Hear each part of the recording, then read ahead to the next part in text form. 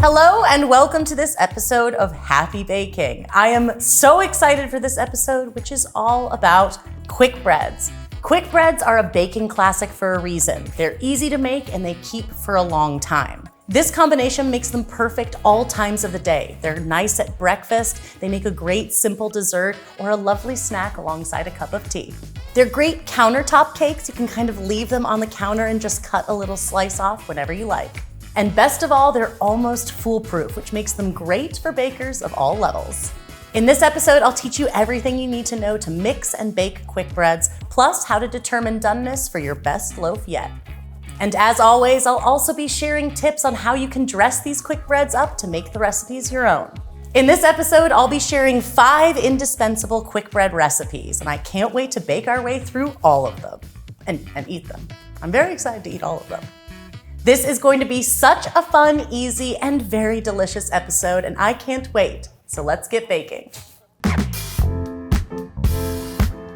Before we even get started mixing, we'll want to preheat the oven and prepare our loaf pan.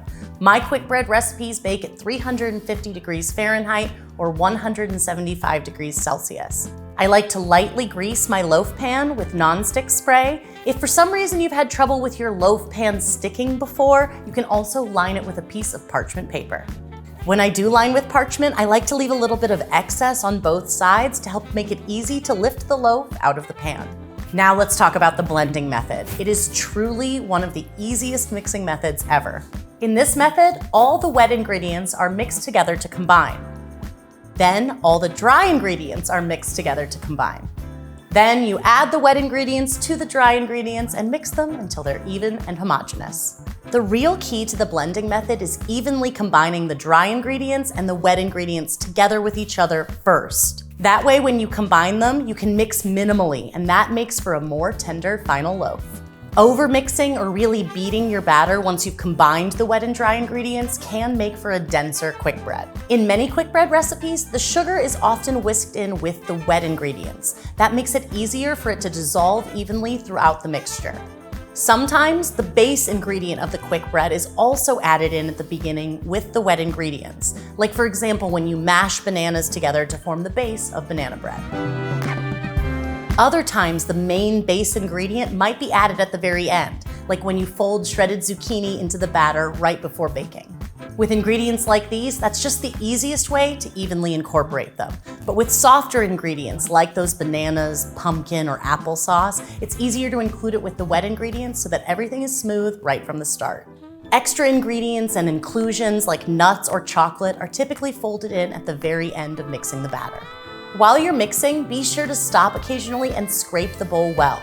It's very important for a simple method like the blending method that the ingredients are mixed super evenly and that the batter is totally homogeneous. I said it before, but that's how important it is! Once the batter is evenly blended, you're done. It can be poured into your prepared loaf pan.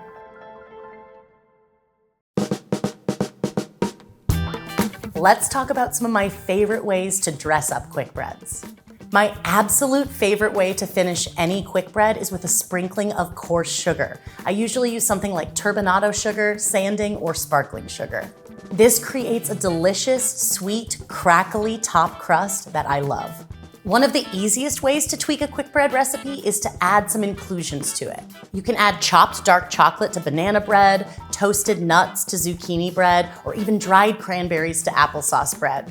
Really anything you can think of, as long as the ingredient is dry and won't affect the texture of the batter. Here's some guidance for you on how much to add for a single loaf. You can add up to 135 grams or 1 cup chopped chocolate or chocolate chips. You can add up to 170 or 1 1/4 cups chopped toasted nuts. You can add up to 85 grams or 1 cup of dried fruit. If the fruit pieces are big, something like apricots, just chop them up a little bit before you fold them in. Another fun way to add a little something extra to a quick bread is to add a swirl. Ingredients like nut butters, fruit preserves, or other spreads can make a great addition to just about any quick bread. Some other ingredients I like to swirl with include dulce de leche, chocolate hazelnut spread, jelly, or cookie butter. For the best swirl, I like to transfer the spread to a pastry bag and cut a 1/2 inch or 1 centimeter opening from the tip. Pour half of the quick bread batter into the loaf pan before adding your swirl ingredient on top. Pipe about half of the spread over the surface of the batter. You can do this randomly, and if you want an even better swirl, you can use the tip of a paring knife or a skewer to help you incorporate it a little more. Pour the remaining quick bread batter into the pan and pipe the remaining spread on top. Again, you can use a paring tip or a skewer to help you swirl it into the batter a little bit more if desired. Just take care when you're swirling that you don't touch the bottom of the pan. You could risk scratching it a little. And another great way to add flavor to quick breads is to add a crumb topping or streusel. Crumb topping or streusel can be added to the top of a loaf only, or some of it can even be added halfway through, kind of like the swirl method, just to create a different texture in the middle of the slice. Let's talk about baking quick breads. Before you put your quick bread into the oven, there's an optional step that you can do. It's totally extra, but it is actually quite lovely. This tip can help your quick bread split more evenly in the oven, kind of right in the center of the loaf. An even split like this can also help the loaf rise more evenly overall. To do this, brush the blade of a paring knife with melted butter. Then draw the tip of the paring knife right down the center of the quick bread. As the loaf bakes, this buttery score mark will guide the loaf to split exactly where you guided it. And remember, this tip is only useful for sort of a plain topped loaf. It won't work very well if you're putting crumb or streusel topping on top. Be sure your oven is preheated before you bake your quick breads, and I like to bake mine in the center rack of the oven. Now let's talk about how to determine doneness in quick breads. Quick breads have a lot of moisture, and it can be kind of difficult to determine when they're done. What you want to look for are the following visual cues. The edges of the loaf should start to retract slightly and pull just a little bit away from the edges of the pan. A tester inserted into the center of the quick bread should come out clean or with just a few moist crumbs. And if your loaf is browning a little more than you'd like in the oven, remember, you can tent it with foil at any time to help prevent it from getting more brown as it continues to bake. Let's talk about unmolding and cooling the quick bread.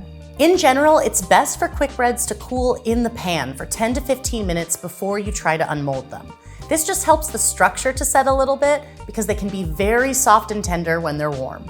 I like to run a small offset spatula around the outer edge of the loaf right when it comes out of the oven, just to encourage it to separate a little bit as it takes that initial cool time. After a little rest, you can unmold the quick bread onto a cooling rack and let it cool completely. Allowing quick breads to cool in the loaf pan can actually cause condensation to form between the base of the loaf and the pan. This can actually make a soggy bottom on your quick bread. We want to avoid that. With these tips, you're on your way to your very best quick bread ever. Quick breads store beautifully. Keep them wrapped tightly in plastic wrap or beeswax wrap, or stored in an airtight container. They'll keep well at room temperature for up to a week. And both loaves and slices freeze beautifully. Just wrap them really tightly so that they don't have a lot of air around them, and be sure to thaw them at room temperature before serving.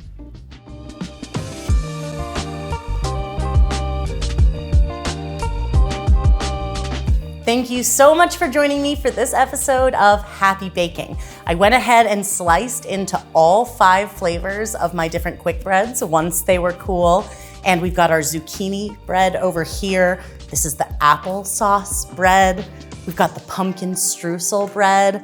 We've got the cinnamon swirl quick bread, and of course a classic banana bread with a little bit of chocolate inside to just make it extra sweet. I can't wait to dive into these. And remember, as always, the recipes included in this episode are linked in the video description below. And if this episode does get you inspired to bake, please let me know in the comments or use hashtag #HappyBaking. I love to know what you're making in your kitchens. I'm getting ready to pour myself a cup of tea and have myself a little quick bread. So until next time, I'll wish you lots of happy baking.